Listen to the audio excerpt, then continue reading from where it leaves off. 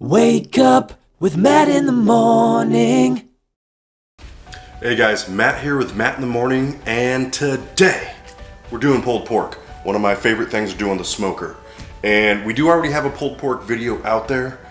That's fine, we're doing it again. We're gonna do it a little bit differently this time though, as in we're not gonna wrap it. So, like I do all my pulled porks, I brine for about 2 days, and then I do a dry rub for about a day, and then I throw it on the smoker. So I'm not gonna go into a ton of detail on the brine because I'm doing it exactly the same way as video 1. Down in the description, there will be an ingredient list and a how-to. So don't worry about having to go to another video or anything. It's all gonna be right here. So the brine, see right here, I've already got it made. I'm not doing anything different, anything crazy. Water, salt, sugar, apples. I think I threw an orange in with this one, bay leaf.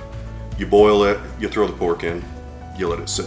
Now I don't have apple juice to top it off, so I'm just gonna do water. Not a big deal. I like apple juice just to get that extra, especially that sweetness when it comes to a pork. Pork and sweet, it's great. We're not gonna talk about this yet. I'll talk about it when I bring you back in a couple days. Dry rub, I make my own. Brown sugar based. Again, sweetness and pork go hand in hand. Now I get my boneless pork shoulders from Costco. They come as a 2-pack. And here's the one already trimmed. Again, I'm not gonna get heavy. I'm not a butcher, so, you know, look, right up here, I'll have the trimming going real quick, you can see, but it's obvious I'm not a butcher. But I always trim the fat cap. You'll see up there, if you see it, there's about this much, about a 1/2 inch or so of fat along here. I trim it off every time. Look at all this. Look how much fat is in a pork shoulder. It's just insane. So I don't want that extra fat. Some people say, oh, it protects it from the heat so it doesn't get burnt. Well, how hot are you doing this thing? I do mine, I started at 180. The highest I go is I think like 220, 225. So I don't need it to protect the meat. And another thing is you're not gonna get that good bark along this whole thing, right? We're doing the dry rub on here. We're doing it nice, low and slow. I want a good bark. Just lost a piece. I want a good bark on this thing.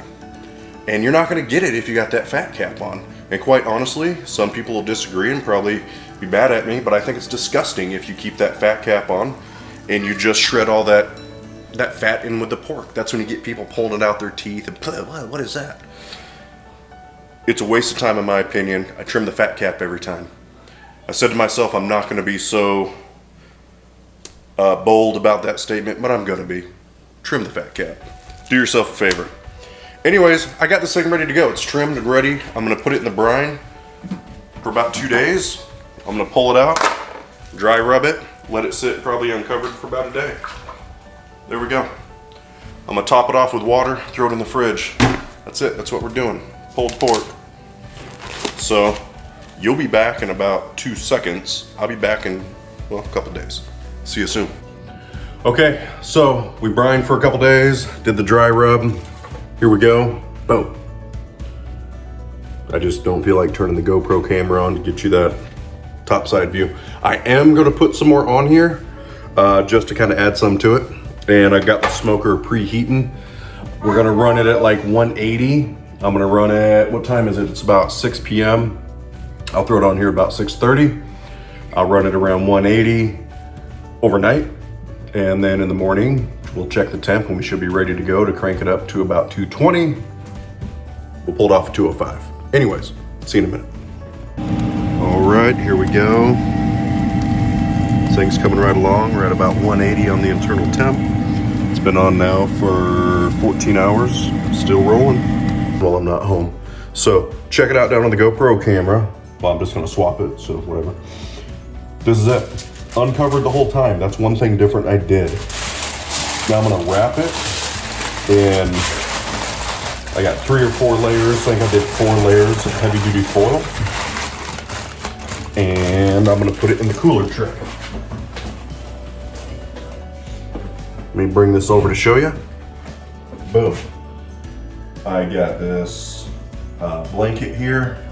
It's in a cooler, quadruple wrapped in foil. Bang, bang, boom. All right, I've had this thing in there resting for about 2 hours, doing that cooler method. I'm doing some mac and cheese, so that's why the cooler method's great. Drop it in the cooler, and then finish cooking whatever else you're cooking. So now again, the one difference I did with this pork shoulder was no wrap. So we had this thing on for a total of about 20 hours. I can tell you, as you can see down below, look at that bark is solid. So I do think right away, my opinion is you do get a better bark with it not wrapped. It's not that, it's not that the bark with it wrapping I had complaints about. So look at that, look at that. This stuff is just shredding right apart. What you making? That looks, see the smoke ring there? What you making? Oh, Tattling Bell in the background. Pulled pork. So,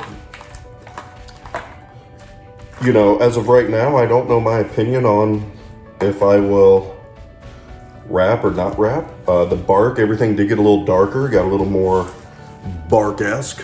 I don't know the proper word, but bark-esque, if you will. Which I do like that. But this thing took 20 hours. Still juicy, still delicious. The thing with wrapping too is when you wrap it in the tin foil, see this tin foil here, that's all the juices it had because we didn't wrap it at 165. So it's not dry by any means, and it does have a tougher bark, but it's not as juicy as if you wrapped it at 165, 170, to be honest with you. People that don't know, will they notice? Probably not. But I think I'll wrap it next time. I think I'm gonna go back to wrapping in either tin foil or the pink butcher's paper. Just my 2 cents. Is still gonna be good, still gonna be great. And it does have a better bark. So anyways, I'll show you, we'll get something plated up here. Show you the final product with some smoked mac and cheese that I got going on too. And the link to that video will be right at the end of this.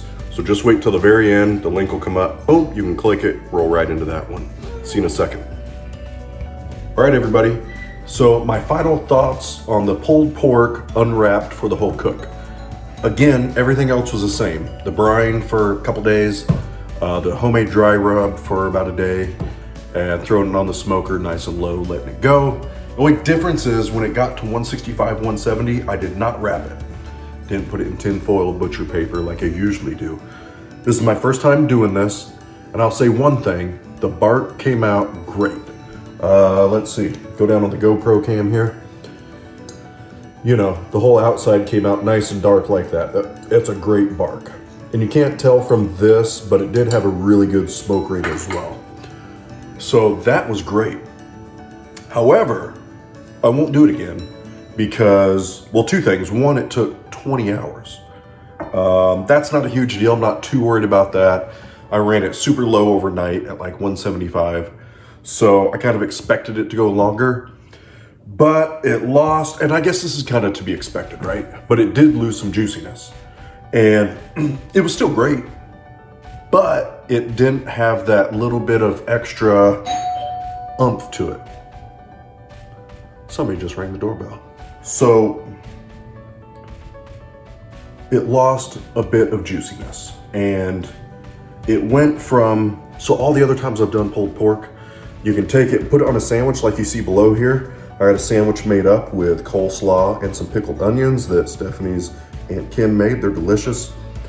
And a lot of times when I make it and I wrap it, I don't need to add the extra sauce to it. This North Carolina sauce, I don't have to add the extra sauce to it, but this one I did.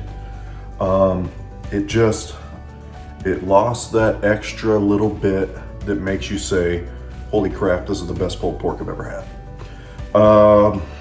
And I had a water pan and everything in there. So some people might say, oh, did you not have a water pan, whatever? And maybe if I injected it with whatever, with brine, water, Dr. Pepper, whatever, maybe that would have helped, but maybe I'll try that one day, but I'm pretty set on just wrapping it. However, it was still good. So it just wasn't next level good. Yeah, it has a great bark, but it's not quite worth it to me to lose that little bit extra juiciness that people come to know and love about my pulled pork. So anyways, as you can see down from the GoPro cam here, I was kind of putting pepper on there, you know, to try to kind of make the plate look pretty. I think I got too much pepper, so it is what it is. Down here I did smoked, also did some smoked mac and cheese. I'm gonna have the link for that at the very end of this video, as well as the link to my North Carolina barbecue sauce we make here at the house. So anyways, that's my final thoughts on it. I won't do it again. It's still good. It is what it is. It was worth a try. Anyways, I hope you liked this video. Please comment, like, share it. Be sure to subscribe to the page.